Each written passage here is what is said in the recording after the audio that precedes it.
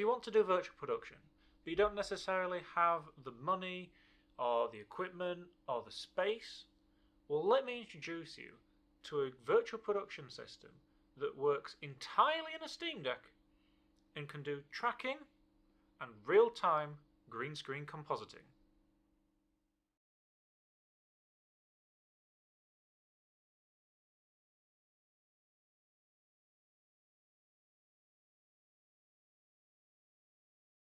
There was a high cost of entry for virtual production. It takes up a lot of space and it also requires a lot of equipment. So obviously for us, we wanted to get into the game as quick as possible, get working on shoots and things, but it's hard to be able to prove to someone that you can work on these shoots when you don't have your own equipment to test with and play with at home, and then show that you can actually do the work. So the solution, it's to build a system that is budget friendly, that is in a compact form factor and doesn't require a lot of equipment. And the first version of this I sort of made, I think it was about January time this year, and it was simply my laptop, a camera and a phone. So this system also then had a little bit of an improvement because, as I found out, that's not very stable. Trying to wield that as you're trying to move the camera around or even simply put the thing down, it doesn't really work. So I upgraded the system a little bit by just putting a cage on and mounting the camera on the top. This is a system that I sort of a little bit of a janky setup, but I did sort of showcase this with, I believe, NFTS for one of their student courses. And it's a very simple setup. It just works with a camera that captures into a HDMI capture card, into the video broadcast, and then for the tracking, we've got VCam into Unreal Engine. Very simple, all free softwares and very readily accessible. It's also worth noting that you don't have to obviously use a DSLR camera or mirrorless camera. You can use another phone or a webcam, which I'll get later on to in another version. That then at the time got sent out, so the video feed got sent out from Unreal Engine over NDI into OBS. One of the main issues with this, or the main problem with it, is NDI causes synchronization issues. NDI causes a lag, it also compresses the video, it's not brilliant. Also meant that we were tethered to a maximum length of HDMI, which obviously if using directional optical cables is quite long, but you're still tethered with a cable.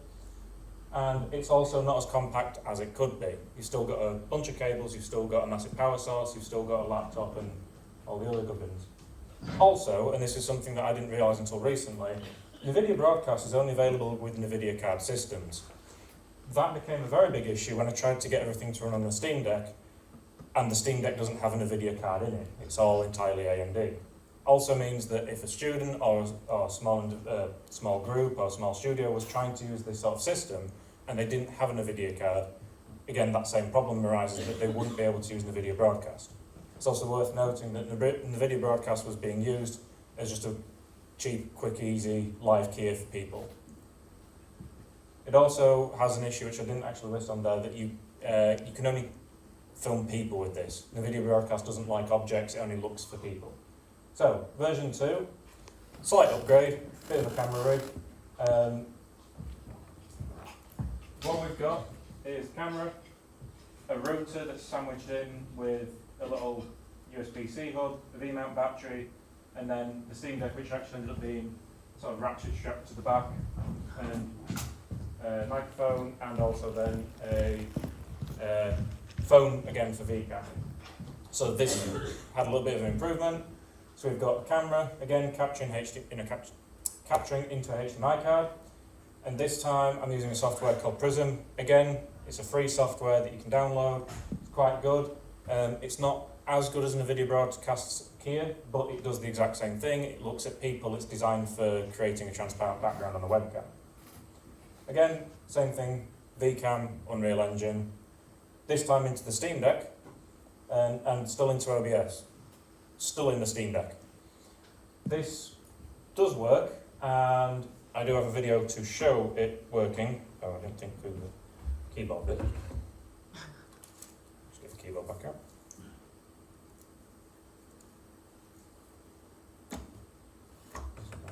There we go, I'll do it that way. So this one doesn't have any audio, but this was taken Monday, I believe, was it? Yeah, Monday, in just a quick little local studio. It's not a film studio, this is just a music studio, but we put up a little green screen, used 2 lights. In hindsight, having some talent light, as sure everyone will know, quite useful. Turns out when your actual talent is not lit, unless you're using the room lights, green screen doesn't work very well. So we've kind of solved that issue. Well, I say solved that issue. I put a little puck light on the top. It didn't really help, so we put the house lights back on. But you can see on here that this system doesn't have any wires. Once I go down a bit, there's absolutely no wires going to the bottom. Everything is being run by the V-mount battery, which means that you can take it off that tripod, you can shove it around wherever you want, you can run around with it if you want. I don't recommend that, it's quite unwieldy. But the proof of the concept there shows that you can make an entirely end-to-end, real-time green screen compositing system that can record to itself as well, with very simple and readily accessible equipment and entirely free software. Obviously this is a bit more of a system that would be a bit more apt for a larger scale, but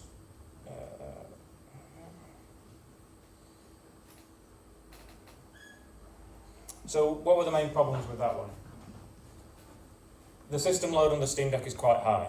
Because everything is software bound, it meant that the Steamdeck was running a Unreal Engine 3D environment, it was live keying, and it was also recording. It's a Steamdeck, it's still quite powerful, but it's not that powerful. So you have limitations on the frame rate, and while it was able to achieve a steady 24, it was just able to achieve a steady 24. So obviously you want a bit more stability, so you can have a bit more overhead, you can also have a bit bigger scenes. Again, you're only able to film people due to the Prism software, so if you're wanting to do, say, a product shoot, it's not really going to work unless you have someone holding the item, and I'm not sure that there's any clients who are going to want someone's face behind their product. Synchronization issues, again, caused by Prism's delay. Prism has a delay in it, which means that when you're recording in OBS, you have to set an offset for your 3D environment so that it all syncs up. So because of that, again, tried to improve with it, made a version 3, and we ignore the zip ties. As we all know, zip ties are very professional. But yeah, this is the same system, it's now got a Ultimat strapped to the top of it. So I wanted to try and start offloading some of those system loads on the Steamdeck and offload them to other devices. This version is very similar, it just has a Steamdeck, the Ultimat in for the live keying, which would allow us to not only do people, but objects or anything that you can film as long as you've got a good green screen key. The way that this one is set up currently, the camera is going out of it, the camera is going into the Ultimat, and then the Ultimat's feeding straight into the OBS. If I was to make another version of this, which I am planning to, I would offload even the recording from OBS to an external monitor and have the 3D environment output from the Steamdeck into the Ultimat, so the Ultimat is doing all the compositing, and then we just have a monitor that's externally that is recording to it itself. That would mean that the only thing that's running on the Steamdeck is Unreal, so you get a lot more performance, you get a lot more stability, and you get a lot more range into what you can film in terms of a 3D background. Again, camera, Blackmagic Ultimat 12 HD Mini, HDMI capture card, still same tracking solution. I got a question last night about have I looked into using JetSet. Everything I've done so far has been with VCam because I don't have an iPhone, so it's something I'm going to look into because I've been told by a lot of people that it is really good. I just haven't had the chance to actually test it yet. Again, Steamdeck, OBS. So the core of the system hasn't changed throughout this entire process. So again, there's some more photos of us using it. So this is the top one, as you can see, is the one with the Ultimat. That one does have a cable on it. and the reason why, sorry, it does have a tether on it, and the reason it has a tether is because the Ultimate needs power. There is a version that we have tested, but we didn't have footage of it, where I actually powered the Ultimate via a little car inverter that was getting power from a little bike battery. So you can imagine that you can put a bike battery in a backpack, along with the inverter and the Ultimate, and then you've still got another full wireless system that you could go running around, say if you want to do like an urban thing and go all the way through a city. Again, you can see it's not the easiest thing to hold and to wield, but this is a very quick setup for it. So I've got another video where we should be able to see the comparison between the two. So again, apologies for the key. I literally put the Ultimate on and spent about 5 seconds doing a key. So as you can see on the left, we've got the Ultimate, and on the right, we've got the Prism version. The Ultimate is able to do the hair, but as you can see, the Prism one is not, because it's doing sort of the AI masking is sort of used to in the video and Prism now. So they do look somewhat similar. There is also a CRT effect on the left one. It didn't record onto the right one for some reason. But as you can see, it's still doing the job that it's supposed to be for. It's allowing you to do green screen, real-time compositing with free software with like a marginal amount of hardware. Let's quickly go to this one. So, main problem version 3, it's very heavy. Blackmagic Ultimate, very expensive. Requires a tether power for Blackmagic Ultimate. Cameras are expensive. So again, all the entire time that I've shown these ones, I've been using a Sony FX2. So, version 4 is a webcam with Prism camera. Same tracking solution, all on the Steamdeck with OBS. So if I quickly go out of this is one that I can actually demonstrate, in theory. OBS, there we go. So that needs to run an editor. Now let's go back onto here. Go onto the scene, go onto the window capture, and tell it to capture the right one. There we go. So I apologise that it's a small window, but it's just how I've been able to do it at the moment. So if I've got my Steam Deck in my hand now currently, I should be able to connect back to the system. There we go. So as you can see, I can track around, and is Rob still here? I'm here. So, do you mind just standing up the front for me, please, Rob? So, okay. Can we looking at you? Yeah. So, we might have to come a little bit out of the darkness. But as you can see there, it's proving the point that this is all entirely working and working fairly stably. It is obviously, with VCAM, it is a vision-based tracking system, so it does need... I look like an OB1. Well, on the other side, There you go. Oh, yeah. Is it better? It's not happy with what's going on with this side. I think you've got something in the scene. Ah, yes, it might be the back of the scene. Yeah. Yes, hang on, let me go forward a bit. Sorry, yeah, one of the things with the VCAM, if anyone's used it before, know that you sometimes have to reset it to get the location correct. So, obviously, this is using Prism, which is not as good as the video broadcast, but you can see the point. Oh, that's why the phone's turned off. My bad. There we go. Let's turn the screen time up. There we go. So as you can see here, it's still working.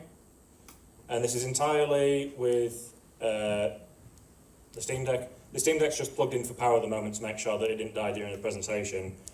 Obviously the HDMI is just plugged in so you guys can see it. And then the only other bit is this sort of brick that I've made with a V mount and a small router. So again, the entire thing, thank you, Rob, by the way. The entirely wireless system that allows you to do it with very minimal equipment. And the main point that I'm trying to make with sort of this version is that someone asked me sort of why a Steam Deck. The true answer is why not. It can run Unreal Engine games. I wanted to see how far I could push it. I'm still pushing it. But on the other front, on the more sort of technical front, you have the point that, let's say you're a student who's just finished uni and you've I don't know, done a master's in or undergrad in virtual production, you want to get into filmmaking. To get a computer that's high-end enough to be able to do all this sort of equipment, to do all these sort of processors, can sometimes cost you, $1,000 or more, most likely probably more. A Steamdeck, the cheapest ones you can buy brand new, are about 350 quid. And then obviously it's just an iPad holder, a webcam and a phone mount. And that will get you off the ground for doing virtual production in your home, in your bedroom, for very cheap. And obviously if I put more time into setting up a proper green screen area so the key would work properly and made a bit of a different environment that's not just a corridor, you get the idea that that would give individuals and students the ability to get off the ground very quickly and be able to show what they can do and then learn and develop their skills more. So again, there's always problems with these versions. It's still prototyping, it's going to be improved. It's only able to film people. You can't change any of the fizz settings because it's a webcam. Webcams are often low quality. I don't know if anyone will notice, but the version there, even besides the light, will have a lower quality key because it's using a webcam over, say, a high-end 4K video camera. Synchronization issues again with Prism. So you'll have a delay between your tracking and the Prism software. So again, you still need to put some sort of delay in. So where does that leave us? The systems will always have problems. I think that's one thing that's apparent is that there is no perfect be-all end-all of this sort of scalable solution. What there is trade-offs. You start off with something small like the Steamdeck and a webcam, and it can scale up to larger studios such as the Reese's studio in Glasgow that can do full real-time compositing in a green screen. And the only difference between the two is we've started to swap out devices. So we swapped out the Steamdeck for a computer, we swapped out the VCam for an actual tracking solution. The core of the system hasn't changed. As I say, it's Unreal, OBS, and some sort of tracking system and some sort of camera. The auxiliaries of the system, camera, keying, etc., can be easily changed and scaled. And this is a very bad infographic. I'm going to make a better one that can actually be publicised and used.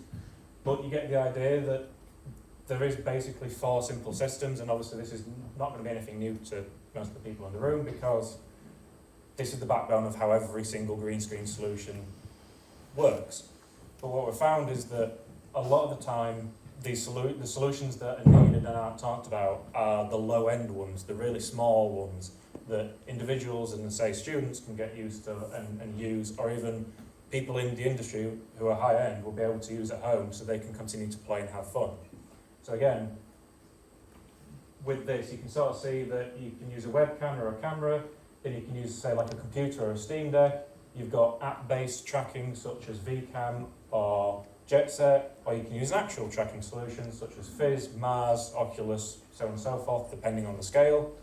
You can also do compositing. Obviously, you've got compositing as well. So Prism and NVIDIA Broadcast, software-based. You've got Blackmagic with the Ultimate, which is hardware-based, and obviously then there's compositing it all together with OBS. Again, OBS can be swapped out for other software and other hardware that can do all the sort of system as well. But this also represents the order in which someone would upgrade that system. So they might start with upgrading the camera, and then they'll upgrade the actual computer that's running UE. Then they might upgrade the tracking.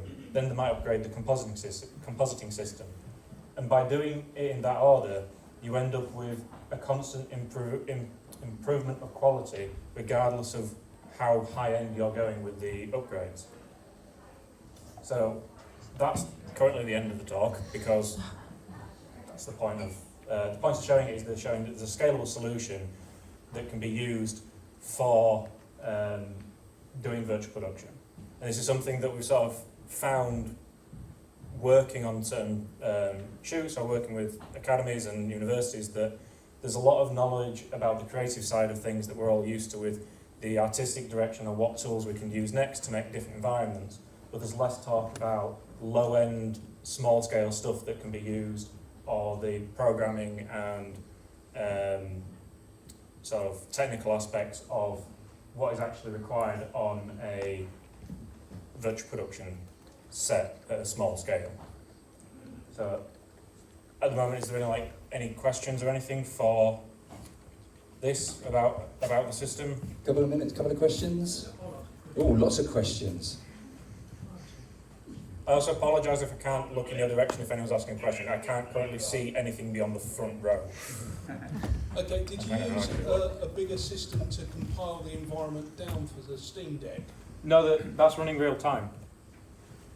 Hang on, I put the mouse back on.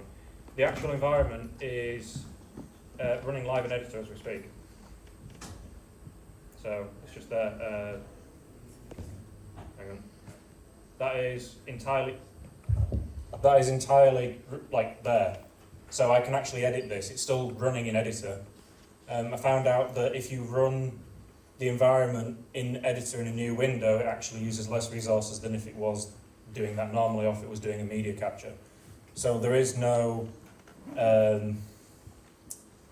there's no trickery with what I've shown of hey look, I've made this massive lavish environment and then I've secretly rendered it as a 2D plate and then I'm just displaying that in the editor.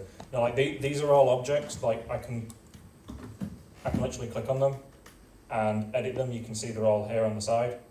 So the Steamdeck is actually capable of running UE in the editor and is able to have all these assets in. And I could have got probably more performance out if I'd done the trick of having, say, each of these lockers being a flat cube with the image projected onto it. But no, they're fully 3D modelled. So that may have been a bit of a hindsight issue on my part, but even with fully 3D modelled objects in the scene, it's still working and it's still performing well enough. As you can see at the moment, it's saying that it's running at 11 FPS at the top. That's currently because I've selected stuff and we've got 2 windows open with the editor. When I minimise it down, because of how Windows is working on the Steamdeck, it still believes that its running editor window is open, so it still runs at full frame rate, even though this bit's now minimised. It's a weird glitch with how Windows has been installed on it, but no, there's no trickery. It's just running an editor.